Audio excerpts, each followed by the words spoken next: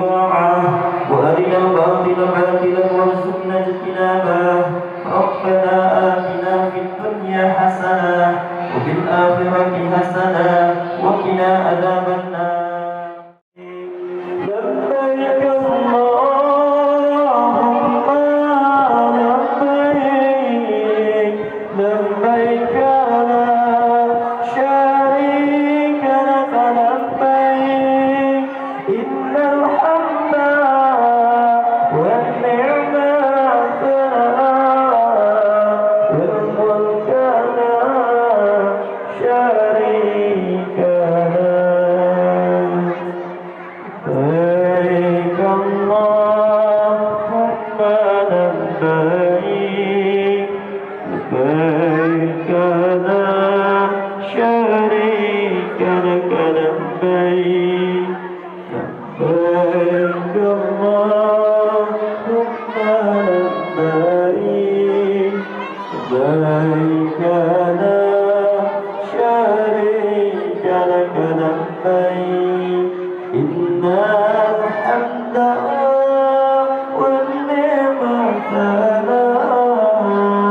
والملك لا شريك له.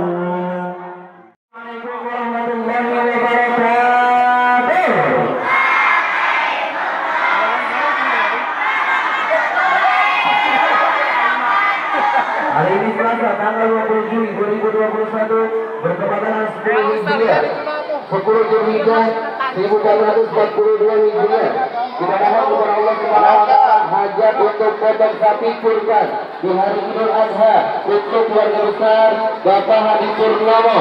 Hajat-hajatnya Allah berikan umur panjang, rezeki panjang, kesehatan panjang, pernikahan panjang, keluarga sakinah mawaddah warahmah, keluarga yang rukun, keluarga yang berbahagia, keluarga yang selalu ada dalam ridho dan rahmat Allah Subhanahu wa taala. Anak keturunan yang dijadikan anak keturunan yang saleh dan salehah, dijauhkan dari orang-orang yang zalim, dari mara bahaya, dari penyakit-penyakit yang mematikan terhubung. Allah hindarkan dari COVID-19. Dan semua hajat-hajatnya Allah ijabah, Allah kabulkan. Bisa kamu bisa doanya Abah.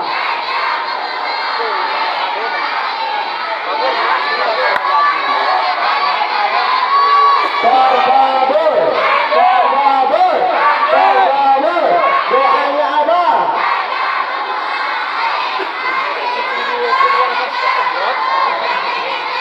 Terkabul, terkabul, terkabul doanya Abah.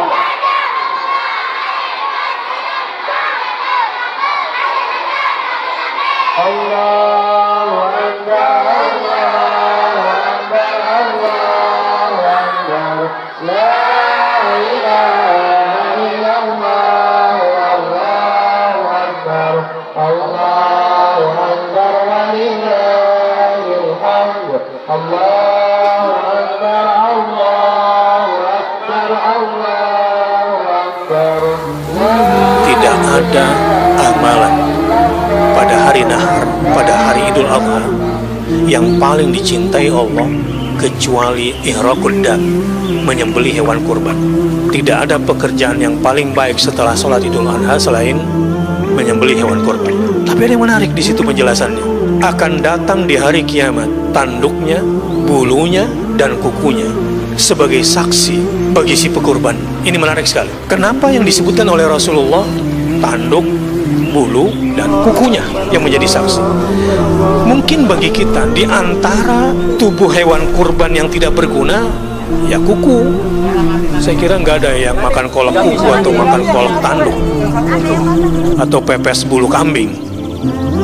Tetapi bagian tubuh hewan kurban yang disebutkan dalam hadis ini kenapa dijadikan sebagai saksi pada hari kiamat?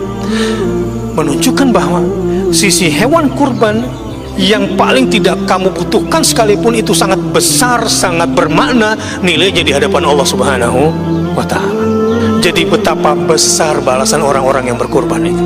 Yang kedua, yang menarik dari hadis ini adalah bahwa darah sudah jatuh pada satu bejana Allah sebelum darah itu menyentuh ke tanah. Jadi ada satu bejana sebelum darah itu jatuh ke tanah, tidak bisa dilihat oleh kasat mata manusia, tapi Allah lewat lisan Rasulullah SAW menggambarkan darah itu jatuh pada satu bejana sebelum menyatu dengan tanah. Ditafsirkan, dimaksud hadis ini adalah bahwa pahalanya sudah diterima, kira-kira begitu, sebelum sampai ke tanah. Semakin banyak berkurban, daya beli masyarakat semakin baik, daging-daging kurban kemudian juga beredar di masyarakat. Semakin banyak bersedekah, semakin ekonomi semakin berputar, dan kemudian kita baik. Idul Adha juga seringkali disebut sebagai Idul Kurban, karena pada hari raya tersebut umat muslim merayakan kemenangan dengan berkurban. Limpahan rasa syukur atas nikmat yang telah diperoleh dapat diwujudkan dengan salah satunya berkurban.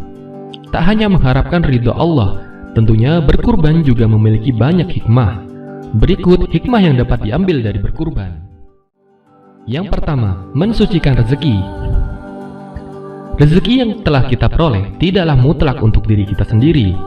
Di sebagian harta kita ada hak orang lain yang membutuhkan. Allah menganjurkan kita untuk bersedekah dan mengingat sesama. Kurban juga merupakan bentuk sedekah dalam arti yang lebih luas. Karena dengan berkurban, orang lain pun dapat merasakan kebahagiaan atas apa yang telah kita dermakan. Yang kedua, bermanfaat sebagai penebus dosa untuk mendapatkan pengampunan darinya. Dalam hadis Al-Basar, Ibnu Hibban, "Hai Fatimah, berdirilah di sisi kurbanmu dan saksikanlah. Sesungguhnya tetesan darah pertama itu adalah pengampunan atas dosa-dosamu yang telah lalu." Yang ketiga, meneladani kesabaran dan kecintaan keluarga Ibrahim alaihissalam kepada Allah Subhanahu wa Ta'ala. Dalam Al-Quran, Allah berfirman dalam surat Asy-Syafa'at ayat 102-107 yang dijelaskan, "Maka tatkala anak itu sampai pada umur sanggup berusaha bersama-sama Ibrahim berkata, 'Hai anakku, sesungguhnya aku melihat dalam mimpi bahwa aku menyembelihmu. Maka berpikirlah apa pendapatmu?' Ia lalu menjawab, 'Hai bapakku, kerjakanlah apa yang diperintahkan kepadamu. Insya Allah kamu akan mendapatiku termasuk orang-orang yang sabar.' Ketika keduanya telah berserah diri dan Ibrahim membaringkan anaknya di atas pelipisnya, nyatalah kesabaran keduanya. Dan kami panggil dia, 'Hai Ibrahim, sesungguhnya kamu telah membenarkan mimpi itu. Sesungguhnya demikianlah kami memberikan balasan kepada orang-orang yang berbuat baik. Sesungguhnya ini benar-benar suatu ujian yang sangat nyata. Dan kami tebus anak itu dengan seekor sembelian yang sangat besar.' Yang keempat, kurban sebagian dari syiar agama Islam. Dalam surat Al-Hajj ayat 34, Allah Subhanahu wa Ta'ala menjelaskan, "Dan bagi tiap-tiap umat Islam telah kami syariatkan penyembelihan kurban, supaya mereka menyebut nama Allah terhadap binatang ternak yang telah direzekikan Allah kepada mereka. Karena itu berserah dirilah kamu kepadanya, dan berilah kabar gembira kepada orang-orang yang patuh dan tunduk kepada Allah Subhanahu wa Ta'ala." Yang kelima, menjauhkan diri dari sikap tamak. Berkurban membutuhkan banyak syarat yang harus dipenuhi. Mulai dari orang tersebut harus mampu, hingga mau melakukannya adalah hal yang tidak mudah. Sebagian dari kita mungkin akan mampu namun tidak mau. Oleh karena itu, ketika kita mau untuk berkurban, itu sudah membuktikan kita tidak terlalu tergila-gila dengan harta dan susah untuk mengeluarkannya. Manfaat agama, terutama Islam, akan membuang sifat serakah yang ada dalam diri dengan ikhlas dalam berkurban. Yang keenam, menjaga tali silaturahmi. Saat hari raya kurban adalah salah satu sarana untuk menjalin tali silaturahmi kepada orang lain. Tidak hanya kepada satu orang saja, bahkan ini negara kita masih saja mengimpor hewan-hewan ternak. Bagi umat Islam tentunya ibadah kurban tidak hanya semata-mata ibadah, namun memberikan manfaat untuk sesama muslim dan muslimah. Nah, itulah beberapa manfaat dari hikmah kurban bagi kita sebagai umat Islam yang berbakti kepada Allah Subhanahu wa Ta'ala.